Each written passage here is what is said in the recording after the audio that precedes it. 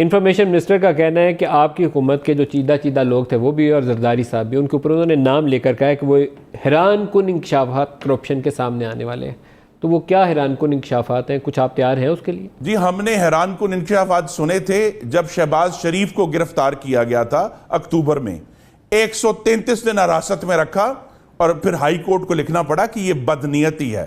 یہ وہی انکشافات ہیں قمر الاسلام کے صاف پانی میں کہ جی دیکھیں اتنے اربوں کھا گئے، لیکن 8 مہینے حراست میں رکھ کر کہنا پڑا کہ جناب یہ تو بدنیتی میں مبنی ہے. تو یہ باتیں بہت بڑی بڑی. میں پھر کہتا ہوں وہ کلپ آپ چلوا دیں، آپ نے شاید غالباً ٹویٹ کیا تھا کہ ان کے تو نمبر سے سیدھے نہیں ہیں کہ کون سی کرپشن ہوئی ہے، کیسی کرپشن ہوئی ہے. اور ابھی تک نیب کے پاس یہ جو حکومت آئی ہے، جو 5 سال کی حکومت مسلم لیگ نون نے 13 سے 18 کی ہے، اس کی پرفارمنس کے بارے میں ایک کرپشن کا ریفرنس نہیں ہے.